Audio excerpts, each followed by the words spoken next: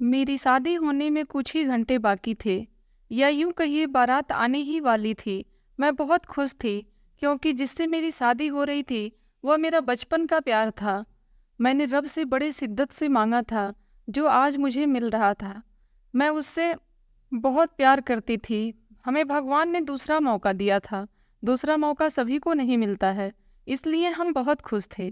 पर अचानक से मेरी तबीयत खराब होने लगी। मैंने अपनी माँ को बताया तो उसने कहा कि तू दुल्हन है, इसलिए तू घबरा रही है, परेशान हो रही है। ऐसा तो सबके साथ होता है। मैंने कहा नहीं मम्मी, मेरी तबीयत ज़्यादा खराब हो रही है। मेरी माँ ने मौसी को कह दिया कि इसको ज़रा पानी पिला दो, ऐसे ही परेशान हो रही है। लेकिन मेरी तबीयत बिल्कुल ठीक नहीं लग रही थी। मुझे ऐसा लग रहा था कि मेरे पेट में कुछ हो रहा है और मैं जल्द ही दुनिया से जाने वाली हूँ। फिर मेरी तबीयत इतनी खराब हो गई कि मुझे डॉक्टर के पास ले जाना पड़ा। मैंने अपने होने वाले पति से कहा कि तुम भी मेरे साथ चलो।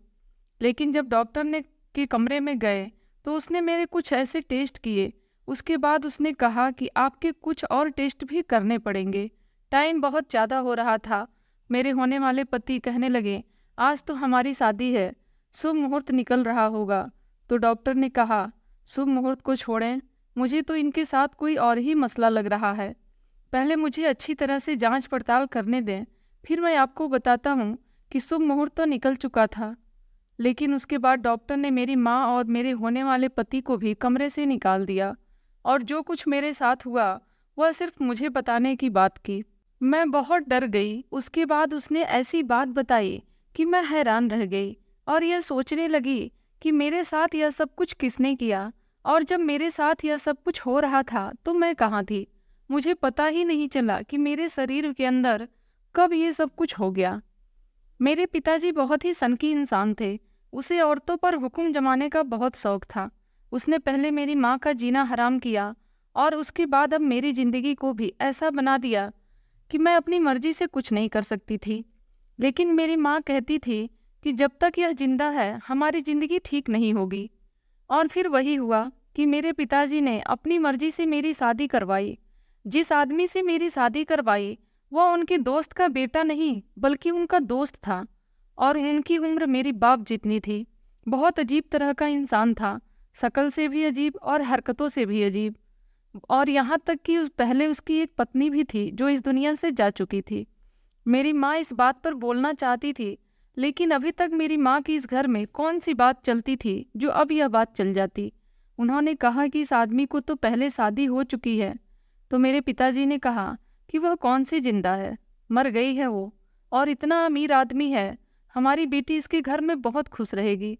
बस मेरे बाबा ने मेरी शादी तय कर दी। मेरी माँ ने कहा कि मैं कुछ नहीं कर सकती हूँ, तू प्रार्थना कर कि तेरी जिंदगी अच्छी हो या फिर तेरा बाप जल्द ही इस दुनिया से चला जाए, तो मैं उस आदमी से तुझे तलाक करवा सकती हूँ। मैंने अपनी माँ को कहा कि क्यों मेरे बाप को दुनिया से भेजती हो, मेरे पति की मरने की दुआ करो। फिर भी पता नहीं मेरे बाप को कब इस दुनिया से जाना था। मेरी जिंदगी तो हराम हो ही रही थी, यह तो मेरे बाप से भी ज़्यादा हुक्म चला रहा था। इस घर में बहुत ज़्यादा पाबंदियां लगा रखी थी और यह मुझे रोज़ अजीब तरह की दवाइयाँ भी खिलाता रहता था। जब मैं पूछती थी तो कहता था, तुम्हें इससे कोई मतलब नहीं होना चाहिए, मेरी बात मानो, तुम मेरी पत्नी हो, मेरी बात मानना तुम्हारा धर्म है, ज़्यादा सवाल मत करो। लेकिन मुझे चिंता इस बात की होती थी कि जब मैं बीमार ही नहीं होती तो यह मुझे किस चीज़ की दवाइयाँ खिलाता था। फिर एक दिन इस घर में एक औरत आई जो इसकी रिश्तेदार थी और पेशे से डॉक्टर थी। मैंने बातों बातों में उससे पूछ लिया कि मेरा पति मुझे रोज एक गोली खिलाता है, वह गोली किस तरह चीज़ की है, जरा मुझे बता दीजिए। उसने कहा कि अरे तुम्हें परेशान होने की ज़रूरत नहीं है, मुझे पता है तुम्हारे पति के बारे में, यह ऐसा ही है। लेकिन यह गोली तो तुम दोनों की ज़िंदगी को बेहतर बनाने के लिए है, उसकी तरफ से परेशान होने की ज़रूरत नहीं है। उसने यह बात बड़े नॉर्मल तरीके से कही थी, लेकिन यह बात भी तो कोई अच्छी बात नहीं थी। पर चलो, मैं उस बात पर थोड़ी सी रिलैक्स हो गई कि किसी और चीज़ की गोली तो नहीं है। वैसे इस आदमी के दिमाग में बहुत फालतू बातें भरी हुई होती थी, पता नहीं कब क्या सोचता रहता था। इस घर में मेरी ज़िंदगी बिल्कुल भी अच्छी नहीं थी। मुझ पर बहुत पाबंदियां लगाई गई थी और मुझे इतनी मुश्किल ज़िंदगी में डाला था कि मैं अपनी मर्जी से कुछ नहीं कर सकती थी। सभी लोग समझते थे कि शायद मैं बहुत खुश हूँ और मुझे किसी चीज़ की कमी नहीं है, लेकिन ऐसा नहीं था। एक और बात बहुत अजीब थी कि मेरा यह पति, जिसका नाम अमर था, कभी कभी फ़ोन पर किसी से बात करता था और जब भी उससे बात करता मुझे कमरे से बाहर निकाल देता, और अगर मैं पास आकर बैठ जाती तो खुद उठकर बाहर चला जाता था। मुझे नहीं पता था कि यह किससे बात करता है। पहले मुझे ऐसा लगा कि जैसे कोई लड़की है, लेकिन लड़की नहीं थी, शायद कोई आदमी था। लेकिन अगर आदमी था तो फिर इस तरह से छुप छुप कर बात करने की क्या ज़रूरत थी। उसकी बातें बहुत अजीब होती थी। वह कहता था कि मैं जिसका चाहूँ अपने सामने सर झुका सकता हूँ, किसी की इतनी हिम्मत नहीं है वह मेरे सामने बोले मैं बड़ा पक्का खिलाड़ी हूँ। मेरी माँ मुझे हमेशा समझाती थी और कहती थी कि यह आदमी तुझसे बहुत ज़्यादा बड़ा है, यह ज़्यादा दिन जिंदा नहीं रहेगा तो फिक्र मत कर, यह इस दुनिया से चला जाएगा। लेकिन जब से मेरी उससे शादी हुई थी वह ठीक ही था, बीमार होने के बजाय जवान हो रहा था। खुद कह रहा था कि जवान लड़की से शादी की है तो जवान हो रहा हूँ। उसको तो कोई ऐसी बड़ी बीमारी ही नहीं थी। किसी को फ़ोन करके बता रहा था कि मैं बड़ा खुश हूँ, मेरी पत्नी बहुत अच्छी है, मुझे तो ऐसा लगता है मैं फिर से जवान हो गया हूँ। जब वह इस तरह की बातें करता था तो मुझे उस पर बहुत ज़्यादा गुस्सा आता था। मेरी ज़िंदगी अजीब हो गई थी। एक तरफ मैं अपने पति को मरने की प्रार्थना करती थी और दूसरी तरफ अपने पिता के मरने की प्रार्थना। वैसे भी वह कब तक जीते, यह तो कोई ज़िंदगी नहीं थी। ऐसे कौन जीता है। मैं जब तंग आ गई थी तो अपने घर आ जाती थी, लेकिन यहाँ पर भी पिताजी की बातें ख़त्म नहीं होती थीं। एक दिन पिताजी चारों धाम पर चले गए तो मैंने सुख का सांस लिया और अपने पति से कह दिया कि माँ की तबीयत खराब है, इसलिए घर नहीं आ सकती। मेरी माँ ने कहा कि मुझे क्यों बीमार बना रही हो, भगवान सजा देगा, मैं सच में बीमार हो जाऊंगी। मैंने कहा कि हो जाओ, सारे बीमार हो जाओ, मेरी ज़िंदगी भी तो ऐसी ही गुजर रही है। मुझे तो अब हर बात पर गुस्सा आता था। लेकिन फिर एक दिन मेरी मुलाकात रवि से हुई, जो मेरे कॉलेज का दोस्त था। उसने मुझे रास्ते में देख लिया। वह बहुत खुश था। उसने कहा कि मुझे तो लगा तुमने शादी कर ली होगी, और मैंने कहा कि हाँ, शादी तो कर ली मैंने। उसको बहुत बुरा लगा। उसने कहा लेकिन मैं तुम्हारे घर रिश्ता भेजने वाला था, तुम शादी करके बैठी हो। तुमने मेरे साथ क्या किया? तुम्हें वह दिन याद नहीं जब मैं तुम्हें कहा था कि तुम मुझे बहुत अच्छी लगती हो? मैंने कहा कि मुझे सब याद है, लेकिन तुम ही गायब हो गए थे, और अगर तुम होते तो मेरी शादी फिर भी इसी आदमी से होनी थी। मैंने उसको सब कुछ सच बता दिया और यह भी बता दिया कि मैं तंग आ गई हूँ। अब वह भी मेरे साथ मिल गया और उसने कहा कि मैं तुम्हारी मदद करूँगा, तुम्हारा इंतज़ार करूँगा। मेरी माँ ने मुझे कहा था कि इतनी उत्सुकता भी अच्छी नहीं होती है, जो हो रहा है आराम से होने दे, नहीं तो तुझ पर भी कोई आपत्ति आ सकती है। मैंने कहा कि इससे बड़ी आपत्ति क्या होगी, शक्ल देखी आपने मेरे पति की, ऐसा लगता है मेरा बाप नहीं मेरा दादा है। अब मेरी माँ हंसने लगी और मैंने कहा आप हंस रही हो? तो उसने कहा कि तुम फिक्र नहीं कर, मैंने तुझे कहा है ना, वह तुझसे पहले ही इस दुनिया से जाएगा। मैंने कहा कि यह तो बच्चों वाली बात है, कभी कभी जवान लोग पहले मर जाते हैं और बूढ़े लोग जिंदा रहते हैं, लेकिन मेरे पति को अचानक क्या हुआ, यह मुझे समझ नहीं आया। उसने मुझे कहा कि हम लोग यूके चलते हैं, बहुत अच्छी जगह है, वहाँ पर 1-2 महीने गुजारेंगे। मैं नहीं जाना चाहती थी, पर मैं इनकार कैसे करती। मेरी माँ ने कहा कि जाना पड़ेगा। मैंने कहा कि यूके जाना तो सपना था मेरा, लेकिन इस बूढ़े के साथ नहीं। वो इस बूढ़े के साथ जाने का मेरा कोई शौक नहीं था, और वह मुझे अपने साथ लेकर क्यों गया, इस बात पर मैं अभी तक हैरान हूँ कि 2 महीने कैसे गुजर गए मुझे पता ही नहीं चला। मुझे कोई भी पूछता कि वहाँ जाकर क्या किया, कैसे वक्त गुजारा, तो मुझे कुछ पता ही नहीं होता था। ऐसा लगता था कि मैंने सारा वक्त सोकर गुजार दिया। मुझे इतनी नींद आती थी कि मैं सुबह 10 बजे सोकर उठती थी और शाम को 7 बजे ही सो जाती थी, और फिर बीच में सिर्फ खाना खाती थी या फिर अपने पति के साथ थोड़ा समय बिता लेती थी। पता नहीं यह कैसा टूर था। मुझे तो ऐसा लगा जैसे वक्त बहुत जल्दी से गुजर गया। मैं वापस आ गई। इधर रवि भी मेरे लिए बेचैन हो रहा था, क्योंकि वह मुझसे बात करना चाहता था। मैंने भी उसको अपना नंबर दे दिया और कहा कि हाँ, रोज बात किया करूँगी, बिल्कुल पहले की तरह।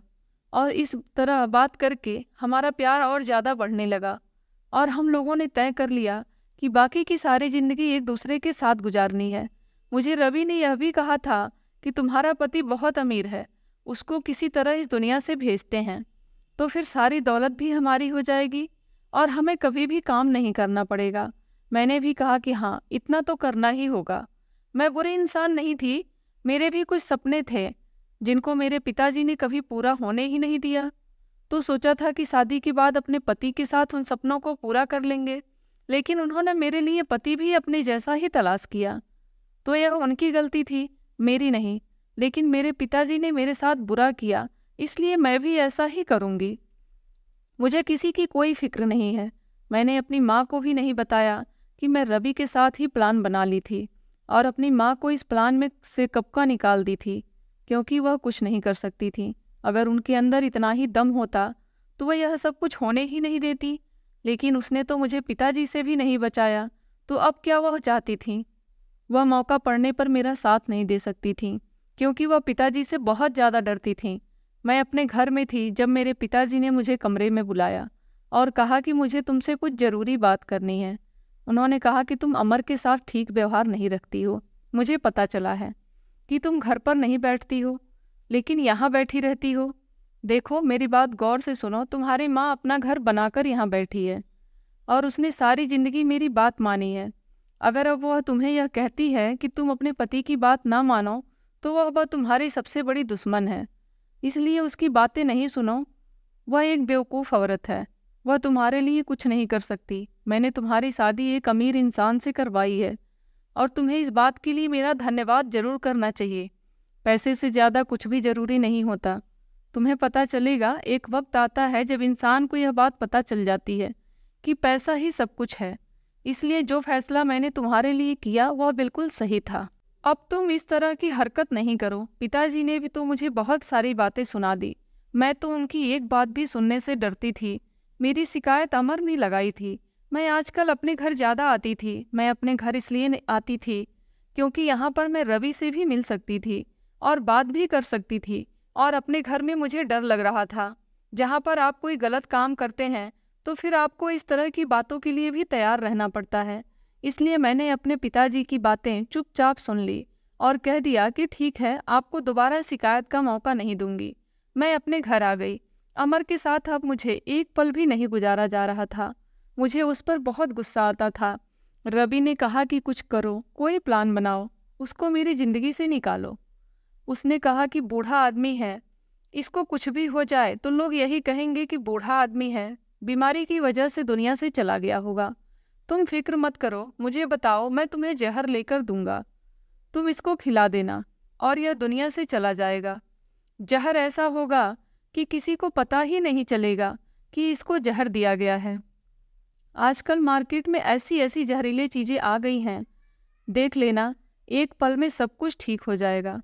मैंने कहा कि मुझे बहुत डर लगता है। उसने कहा तुम्हें डरने की ज़रूरत नहीं है, मैं तुम्हारे घर के सामने जो होटल है वहाँ पर कमरा ले लेता हूँ। मैं तुम्हारी मदद के लिए आ जाऊँगा।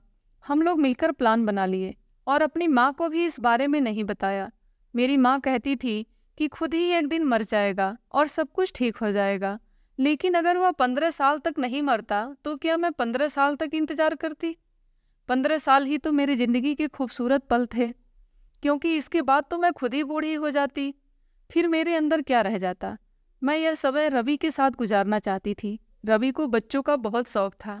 वह जब भी बात करता बहुत आगे पहुंच जाता। कहता था हमारे 2 बच्चे होंगे, एक बेटा होगा, एक बेटी होगी, हम अपना घर बनाएंगे।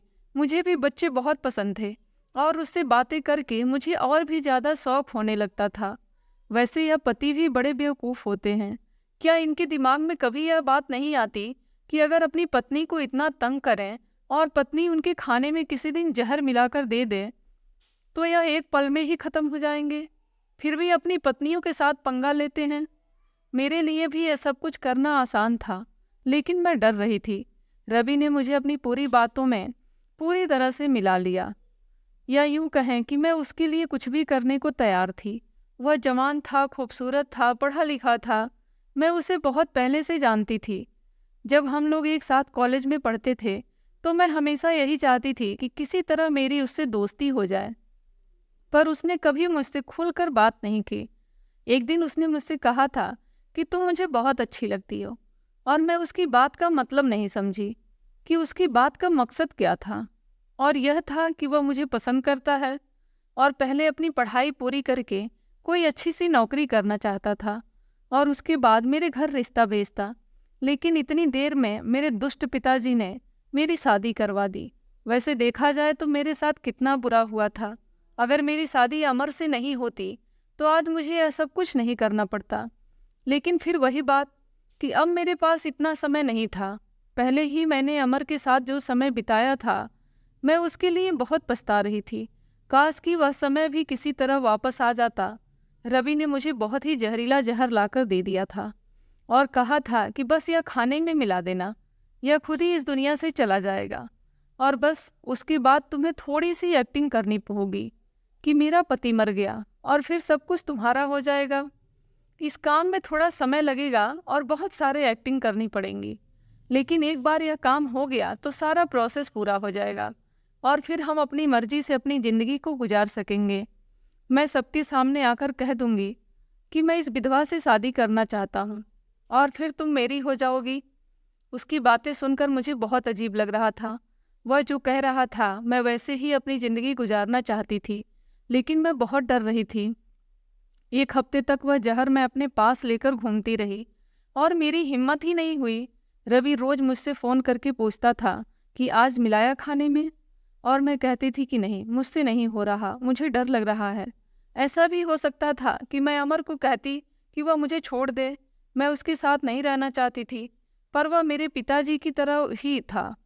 वह मुझे कभी भी अपनी मर्जी से इस रिश्ते से आज़ाद नहीं करता, इसलिए शायद उसका अंजाम मेरे हाथ से ही लिखा था, लेकिन मैं ही डर रही थी। फिर एक दिन उसने मुझ पर बहुत बड़ा जुल्म किया, मुझ पर हाथ उठाया और मुझे गुस्सा आ गया और मैंने गुस्से में उसके खाने में जहर मिला दिया। सुबह तक वह इस दुनिया में नहीं था और उसकी शक्ल देखकर बिल्कुल भी अंदाज़ा लगाना मुश्किल था कि इसके साथ क्या हुआ है। सही कहा था रवि ने कि वह जहर बहुत ही अलग तरह का था। पता ही नहीं चल रहा था कि जहर दिया गया है। जल्दी जल्दी अंतिम संस्कार कर दिया गया। मैंने कहा कि उसकी आखिरी इच्छा थी कि मुझे ज़्यादा देर तक घर में ना रखा जाए। मुझसे बहुत सारे लोग मिलने आ रहे थे। लोग कह रहे थे कि भगवान पर भरोसा रखना, सब कुछ ठीक हो जाएगा। मैं और रवि बहुत खुश थे। इसी तरह हम 2 महीने गुजारे और फिर उसके बाद रवि ने मेरे घर रिश्ता भेजा। मेरे पिताजी को हाँ कह देना चाहिए था। हम यह रिश्ता वाला नाटक भी नहीं करते, लेकिन पिताजी के सामने यह सब करना था, क्योंकि वह भी बातें कर रहे थे कि पता नहीं कौन लोग हैं, कैसे लोग हैं, लड़का कैसा है। अब मेरी माँ भी बोली और उसने कहा कि वह लड़के को छोड़ो, तुम्हारी बेटी विधवा है और तुम्हें पता है ना इस समाज में विधवा के साथ क्या होता है। उससे कोई भी शादी नहीं करता, उसका हाथ पकड़ने के लिए कोई तैयार नहीं होता। और यह लड़का तो बिल्कुल कुंवारा है, इसकी तो पहले शादी भी नहीं हुई है। अगर फिर यह तुम्हारी बेटी से शादी करना चाहता है तो तुम्हें सोचना ही नहीं चाहिए। मेरे पिताजी ने हाँ कर दी और हमारी शादी की तारीख पक्की हो गई। अब हमसे ज़्यादा इस पूरी दुनिया में और कोई भी खुश नहीं था। मुझे तो यकीन नहीं हो रहा था कि यह सब कुछ इतनी आसानी से हो गया। मैंने अपनी किस्मत का पासा पलट दिया। अगर मैं थोड़ी सी हिम्मत नहीं करती तो अब तक यह सबसे निकली नहीं होती और यह सोच रही होती कि वह कब मरेगा, लेकिन वह ना मरता और मेरी ज़िंदगी इसी तरह से बर्बाद होती रहती। और अब मेरी रवि से शादी होने वाली थी, हमें हमारा प्यार मिलने वाला था। इससे बड़ी बात और क्या हो सकती है। हम लोग इतना खुश थे कि बता भी नहीं सकते थे, पर नहीं पता था कि अभी तो बहुत बड़ा तूफान आने वाला था। बैठे बैठे एक दिन मेरे बाप ने मुझसे पूछा कि तुम ठीक हो ना? तो मैंने कहा हाँ जी, मैं बिल्कुल ठीक हूँ। उन्होंने कहा कि अमर ने तुम्हारे साथ कुछ किया तो नहीं? मैं उनको क्या बताती कि क्या कुछ नहीं किया। मैंने बस इतना कह दिया कि ठीक हूँ।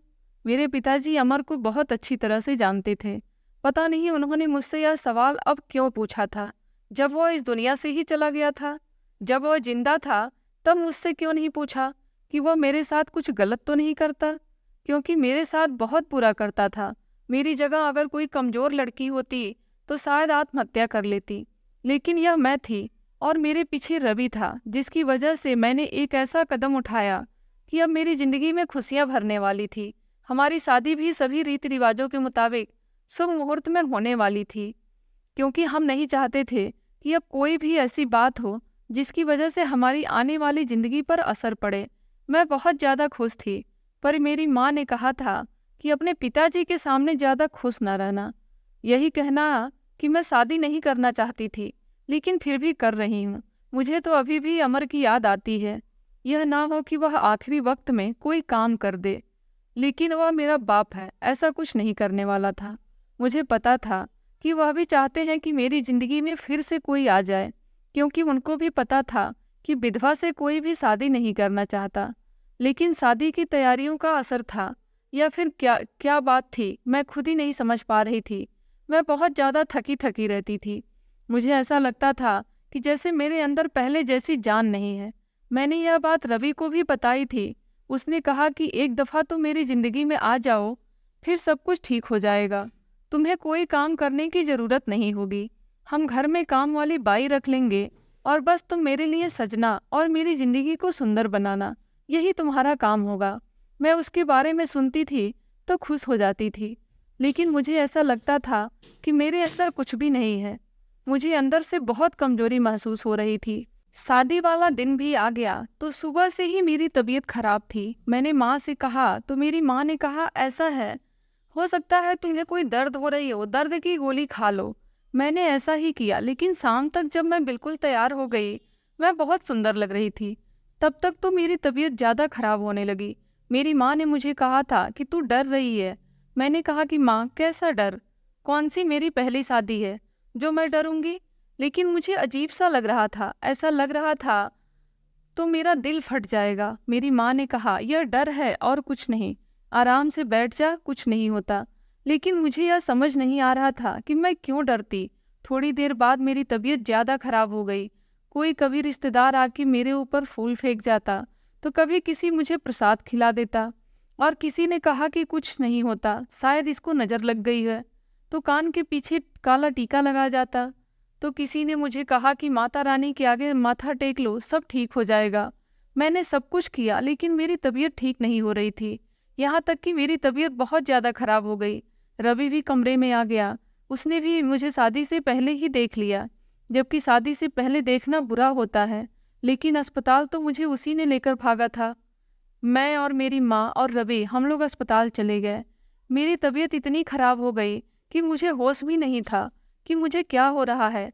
डॉक्टर ने जब मुझे चेक किया तो उसको भी समझ नहीं आ रही थी। उसने 2-4 टेस्ट करवाए, फिर वह थोड़ी परेशान हो गई और फिर एक और टेस्ट करवाने लगी। हमारा काफ़ी टाइम बर्बाद हो गया।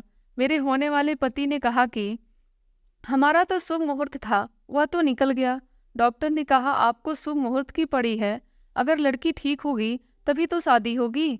मेहमानों से कहिए कि थोड़ा इंतजार कर लें। उसके बाद उसने मेरे और भी वहाँ से टेस्ट करवाए।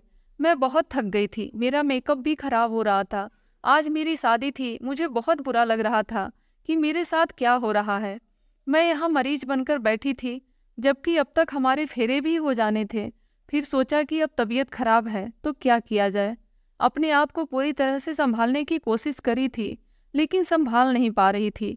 फिर जब डॉक्टर ने हाथ में फाइनल रिपोर्ट लेकर मेरे पास आई तो उसने कहा कि तुमसे मुझे अकेले में बात करनी है। मेरे होने वाले पति रवि और मेरी माँ को कमरे से बाहर निकाल दिया।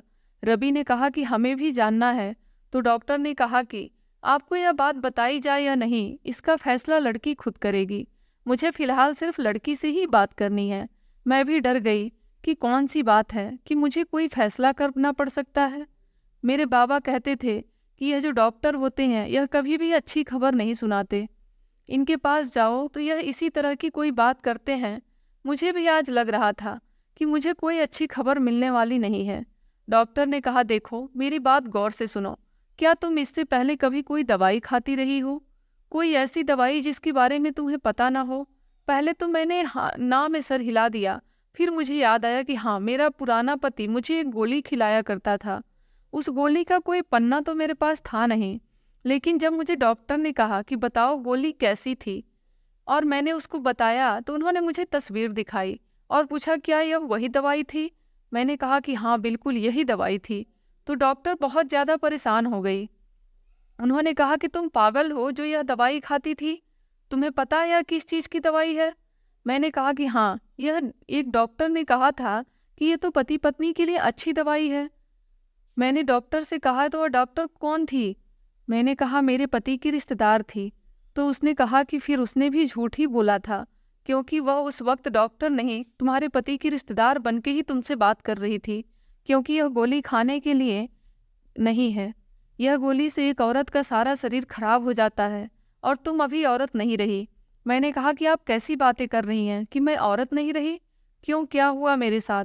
तो डॉक्टर ने कहा कि तुम्हारा जो शरीर है वह औरत का था, वह बिल्कुल ख़त्म हो गया है। अब ना तुम बच्चा पैदा कर सकोगी और ना ही तुम्हारे साथ कोई पुरुष शादी कर सकता है, और धीरे धीरे तुम्हारा शरीर में और भी बदलाव आने लगेंगे और तुम्हारे चेहरे पर दाढ़ी उगने लगेगी, तुम्हारी आवाज़ भारी होने लगेगी, तुम्हारे वह सारे हिस्से जो तुम्हें औरत बनाते हैं सब खत्म हो जाएंगे। मैंने कहा ऐसा कैसे हो सकता है, आप क्या कह रही हैं कि ऐसी भी कोई दवाई है? तो उसने कहा कि हाँ, तुम्हें ऐसी ही दवाई दी गई है, तुम्हें बहुत अच्छे तरीके से मर्दों के हार्मोन्स खिलाए गए हैं। मैंने कहा कि लेकिन मेरा पति मेरे साथ ऐसा क्यों करता? मैंने तो उसके साथ कभी कुछ बुरा नहीं किया था, मैं ऐसे कोई फैसला नहीं कर सकती। मैं बहुत घबरा गई थी। मैंने डॉक्टर से बार बार पूछा था, उसने कहा था कि यही है जो मैंने तुम्हें बताया है, यही सारी बात है, तुम चाहो तो किसी और डॉक्टर के पास भी जा सकती हो, लेकिन वह भी तुमसे यही सारी बातें बताएंगे। डॉक्टर ने मेरे होने वाले पति और माँ को कह दिया कि अभी शादी नहीं हो सकती, आप इनको आराम करवाएं, उसकी तबीयत बहुत खराब है। और मैं अपने घर चली आई। रवि मेरे पास बैठा था, पर मैं उसे क्या कहती। मैं बोली कि तुम भी अपने घर चले जाओ, मेहमानों को संभालो और माँ को संभालो, अभी मुझसे बात नहीं करो। वह भी बड़ा परेशान हो गया था, लेकिन मैं उसे कुछ नहीं बताना चाहती थी। मेरी माँ जब मेरे पास बैठी तो मैंने उनको सब कुछ बता दिया। वह भी हैरान रह गई और आज उन्होंने सीधा जाकर यह बात अब मेरे बाप को बता दी। मेरे बाप ने कहा कि मुझे तो पहले से ही इस बात का शक था। वो हमेशा कहता था कि जो चीज़ मेरी होती है उसे मैं अपने पास रखता हूँ, और जब मेरा दिल भर जाता है तो मैं उस चीज़ को किसी और के काबिल नहीं छोड़ता। मुझे नहीं लगा कि अब तुम्हारे बारे में ही इस तरह से सोचता होगा, लेकिन उसकी बहुत पुरानी आदत थी। जो चीज़ें मुझे पसंद होती थी वह इस्तेमाल के बाद उसको ख़त्म कर देता था, चाहे वह कोई भी चीज़ हो, चाहे फ़ोन हो, चाहे बड़ी गाड़ी हो, जबकि वह चीज़ बिल्कुल ठीक होती थी। मुझे लग रहा था कि उसने तुम्हारे साथ भी कुछ ऐसा ही किया होगा। तुमने कहा था कि वैसी कोई बात नहीं है। मैंने कहा कि मुझे क्या पता था कि वह मेरे साथ ऐसा कर चुका है। अब मेरा क्या होगा? मेरी माँ ने कहा कि रवि को यह सब कुछ नहीं बताओ और उससे शादी कर लो, लेकिन मैंने बता दिया। वह कहता है कि इलाज करवाएंगे, पर अभी तक कोई इलाज नहीं हुआ। अब उसका मेरे लिए प्यार ख़त्म हो रहा है। मैं बहुत बीमार रहती हूँ, मुझे कुछ भी अच्छा नहीं लगता। मेरी आवाज़ भी बदल गई है, मेरी शरीर भी खराब हो गई है। मुझे ऐसा लगता है कि रवि बस अपनी बातों में बहलाने की कोशिश कर रहा है। वह मुझसे शादी नहीं करेगा। अब तो वह शादी की बात भी नहीं करता। लेकिन यहाँ पर मेरा आप सबसे सवाल है कि मैंने अपने बूढ़े पति के साथ ऐसा क्यों किया था, जो मुझे उसको इस दुनिया से भेजने की सज़ा मिली। लेकिन उस वक्त तो मैं उसके साथ ठीक थी, फिर भी वह मेरे साथ यह सब कुछ करता रहा कि मुझे अपनी ज़िंदगी में भी रखा और मेरी ज़िंदगी को भी बर्बाद करता रहा। अब मैं पता नहीं कब मरूंगी, मेरी ज़िंदगी का कोई भरोसा नहीं। उसने भरी जवानी में ही मेरे साथ यह सब कुछ कर दिया। आप लोग बताएंगे, क्या किसी औरत के साथ इस तरह करना चाहिए? जो मैंने किया वह तो गलत था, लेकिन वह तो पहले से ही मेरे साथ दुश्मनी निकाल रहा था। मुझे तो नहीं पता था कि मैं उसके लिए बुरी थी, फिर भी वह मेरे साथ सब कुछ कर रहा था कि मुझे अपनी ज़िंदगी में भी रखा और मेरी ज़िंदगी भी बर्बाद कर दिया। अब मुझे पता नहीं कि मैं कब मर जाऊंगी। दोस्तों, वीडियो अच्छी लगी हो तो वीडियो को लाइक करें और हमारे चैनल स्टोरी विद वीरू पर नए हैं तो चैनल को सब्सक्राइब करें। धन्यवाद।